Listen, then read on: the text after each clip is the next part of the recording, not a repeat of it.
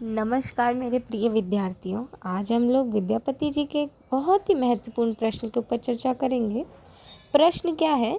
विद्यापति भक्ति और श्रृंगार के कवि हैं, इस कथन को स्पष्ट कीजिए। ये प्रश्न घुमाकर भी पूछ सकते हैं कि विद्यापति श्रृंगारिक कवि हैं या भक्ति कवि हैं। तो आप लोगों को घबराना नहीं है। आज जो मैं आप लोगों को उत्तर तैयार करवाऊंगी वही उत्तर आपको किसी भी प्रकार से अगर विद्यापति के बारे में पूछा जाए कि वो भक्ति और श्रृंगार से रिलेटेड जो भी उनका प्रश्न है उसमें आप ये उत्तर लिखेंगे तो आपको अच्छे नंबर मिलेंगे। तो वीडियो को अंत तक देखिएगा, आपको मैं बहुत ही सरलता से पूरा प्रश्न समझा दूंगी, एक बहुत ही अच्छा उत्तर तैयार करवा दूंगी। तो वीडियो शुरू करने से पहले आप लोगों से आग्रह है कि वीडियो को लाइक कर दें, चैनल को सब्सक्राइब कर दें और अपने दोस्तों के साथ शेयर भी कर दें। चलिए वीडियो को शुरू करते हैं। विद्यापति की प्रसिद्धि का मूल आधार उनकी रचना पदावली है। पदावली में भक्ति विषयक पद भी हैं और श्रृंगार विषयक पद भी हैं। संभवतः पदावली के आधार पर ही विद्वानों ने यह प्रश्न उठाया है कि विद्यापति भक्त कवि हैं या श्रृंगारिक।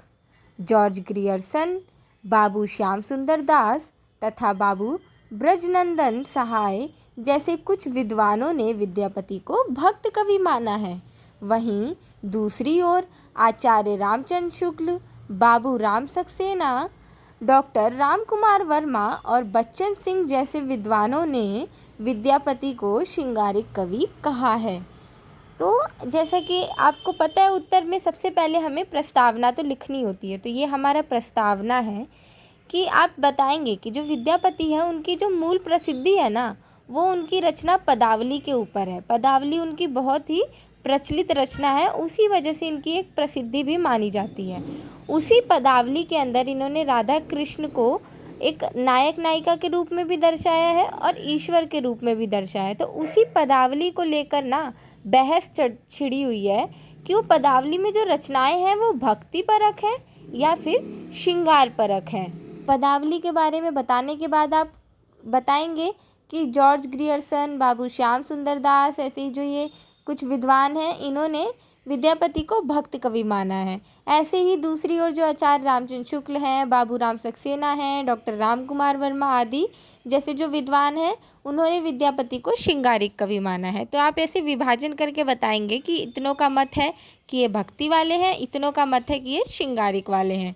आगे देखते हैं विद्यापति को श्रृंगारिक कवि मानने के पीछे तर्क। अब देखो, पहले हमने बता दिया कि उनकी जो प्रसिद्धि है वो पदावली से है। उसके बाद हमने विद्वानों को विभाजन कर दिया कि ये वाले विद्वान मानते हैं कि विद्यापति श्रृंगारिक है, ये वाले विद्वान मानते हैं कि विद्यापति भक्ति कवि हैं। उसके बाद हम दोनों का विभाजन बताएंगे, तर्क बताएंगे कि जो श्रृंगारिक कवि मानते हैं उसके पीछे वो विद्वान क्या तर्क देते हैं, विद्यापति के बारे में क्या तर्क देते हैं। और उसके बाद आगे बताएंगे कि जो भक्ति कवि मानते हैं उन्होंने क्या तर्क दिया है। तो सबसे पहले हम बात करेंगे कि विद्यापति को श्रृंगारिक कवि मानने के पीछे जो तर्क हैं वो देखते हैं। पदावली में संयोग श्रृंगार पदों की अधिकता है। विद्यापति शैव थे। अंततः यदि भक्ति करनी होती तो शिव पार्वती की करते, न कि राधा कृष्ण की। विद्यापति ने अपने आश्रयदाता राजा शिव सिंह की प्रशंसा एवं मनोरंजन हेतु कृष्ण का प्रतीकात्मक प्रयोग किया है। तो वास्तव में शिव सिंह ही हैं। मतलब आप यहाँ देखेंगे कि जिन विद्वानों ने बोला है कि ये श्रृंगारिक कवि हैं, उसके पीछे वो ये तर्क दे रहे हैं कि संयोग श्रृंगार के पदों की अधिकता है। मतलब संयोग क्या होता है? जहाँ पे नायक नायिका मिले हुए होते हैं, प्रेम प्रसंग हो रहा होता है। तो पदावली में ये प्रेम प्रसंगों की प्रधानता अधिक है। और श्रृंगार कवि इसलिए बोल रहे हैं लोग क्योंकि वो कह रहे हैं कि अगर इनको भक्ति ही करनी है विद्यापति को, तो वो तो शिव के भक्त थे ना, तो वो शिव पार्वती को रखें, उन्होंने राधा कृष्ण क्यों रखा? तो इससे वो बोलते हैं कि ये श्रृंगारिक कवि ही हैं, ये भक्ति नहीं कर रहे हैं। ऐसे ही एक और मत दिया है कि विद्यापति ने अपने आश्रयदाता जो शिव सिंह हैं उन्हीं की प्रशंसा और उनके मनोरंजन हेतु उन्होंने पदावली में कृष्ण को एक प्रतीक के रूप में लिया है। प्रतीक मतलब वो शिव सिंह ही हैं, वो नायक जो उसमें बता रहे हैं वो शिव सिंह ही हैं इनडायरेक्टली। बस वो वहाँ कृष्ण और राधा का नाम लिख दे रहे हैं, परंतु वो अपने आश्रयदाता जो विद्यापति है वो अपने आश्रयदाता शिव सिंह को खुश करने के लिए उनको प्रतीक रूप में वहाँ पे दर्शा रहे हैं और श्रृंगारिक पदों की रचना कर रहे हैं। ऐसे ही कुछ मत और दिए हैं, जैसे कि विद्यापति के काव्य में विद्यमान भक्ति तत्व की सबसे तीखी आलोचना आचार्य रामचंद्र शुक्ल लिखते हैं कि आध्यात्मिक रंग के चश्मे आजकल बहुत सस्ते हो गए हैं, उन्हें चढ़ाकर जैसे कुछ लोगों ने गीत गोविंद को आध्यात्मिक संकेत बताया है, वैसे ही विद्यापति के इन पदों को भी। मतलब आप देख सकते हो कि आचार्य रामचंद्र शुक्ल ने कितना तीखा व्यंग किया है, बस विद्यापति पर ही नहीं, उन सभी विद्वानों पर जो विद्यापति की इन पदावली को भक्ति कवि व भक्ति वाले पद कहते हैं, उन पर शुक्ल जी ने इतना तीखा प्रहार किया है। कहा है कि आध्यात्मिक मतलब कि पढ़ाई लिखाई वाले जो चश्मे हैं वो बड़े सस्ते हो गए हैं, वो ये श्रृंगारिक पदों को भक्ति का पद बता रहे हैं। तो आप देख सकते हो कितनी तीखी आलोचना करी है। अब हम लोग देखेंगे कि जिन विद्वानों ने विद्यापति को भक्त कवि माना है उसके पीछे उन्होंने क्या क्या तर्क दिए हैं।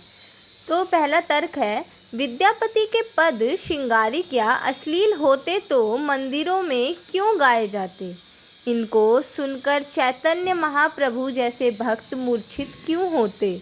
मतलब यहाँ पे उन्होंने तर्क दिया है विद्वानों ने कि अगर उनके पद श्रृंगारिक हैं विद्यापति के, तो उनको मंदिरों में क्यों भजन किया जा रहा है। सही बात है, क्योंकि भाई फिर लोगों को मानना चाहिए ना।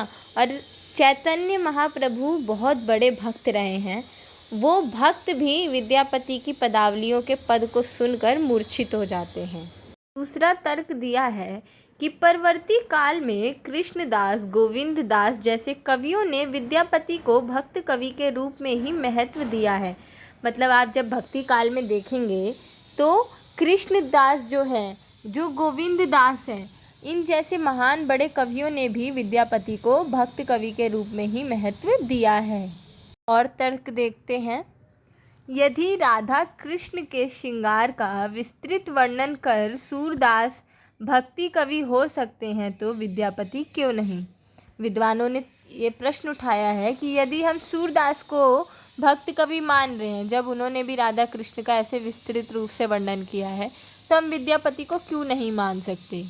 ऐसे ही उन्होंने एक और तर्क दिया है कि विद्यापति ने शिव स्तुति, गंगा स्तुति, काली वंदना, कृष्ण प्रार्थना जैसे भक्ति परक पदों की भी रचना की है। वो बता रहे हैं कि आप पदावली जो है उस पर तो बड़ा प्रश्न उठा रहे हैं, पर उन्होंने लिखा है, उन्होंने शिव स्तुति लिखी है, गंगा स्तुति लिखी है, काली वंदना लिखी है, कृष्ण प्रार्थना लिखी है। जब ऐसे भक्ति परक पदों की रचना की है तो वो भक्त कवि ही तो हुए। और भी तर्क दिया है, जैसे विद्यापति को भक्त मानने वाले जॉर्ज ग्रियर्सन ने लिखा है, राधा जीवात्मा का प्रतीक है और कृष्ण परमात्मा के। जीवात्मा परमात्मा से मिलने के लिए निरंतर प्रयत्नशील है।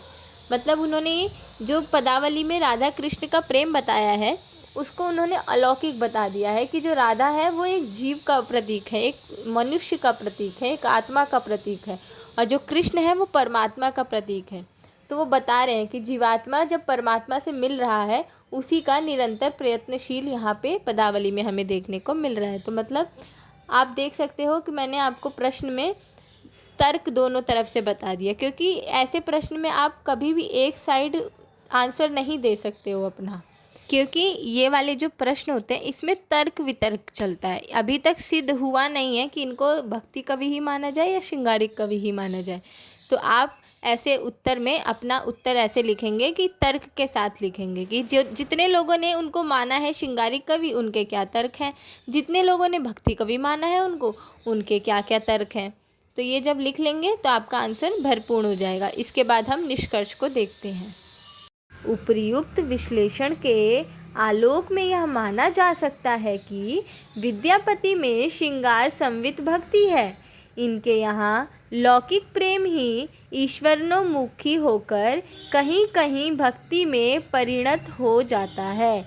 इनकी भक्ति भावना पर अपनी पूर्ववर्ती परंपरा का प्रभाव है। साथ ही प्रेम तत्व का सम्मिश्रण भी है। आप देखो निष्कर्ष कितना अच्छा तैयार हुआ है कि आप यहाँ पे दोनों मिला जुला अपना बता रहे हैं, क्योंकि हम अगर दोनों तर्क पढ़ते हैं तो हमें समझ आता है कि इनकी जो भक्ति है या इनका जो श्रृंगार है वो दोनों मिश्रित रूप में चल रहे हैं। भक्ति में श्रृंगार मिश्रित है और श्रृंगार में इनकी भक्ति मिश्रित है। तो आप ये बताएंगे अपने निष्कर्ष में। कभी भी एक तरफा आंसर मत दीजिएगा कि नहीं मुझे तो लगता है कि ये भक्ति कवि हैं, या फिर मुझे तो लगता है कि नहीं नहीं ये श्रृंगारिक कवि हैं, क्योंकि एक तरफा आंसर आप नहीं दे सकते हो। आप कोई विद्वान या आप कोई आचार्य नहीं हैं। तो आप दोनों का मिला जुला एक अपना समझ के अनुसार निष्कर्ष तैयार कीजिएगा और अपना उत्तर अच्छे से करके आइएगा। मैंने बहुत ही अच्छे से आप लोगों को ये उत्तर समझाया है। वीडियो अच्छी लगी हो तो लाइक कर दीजिएगा। धन्यवाद।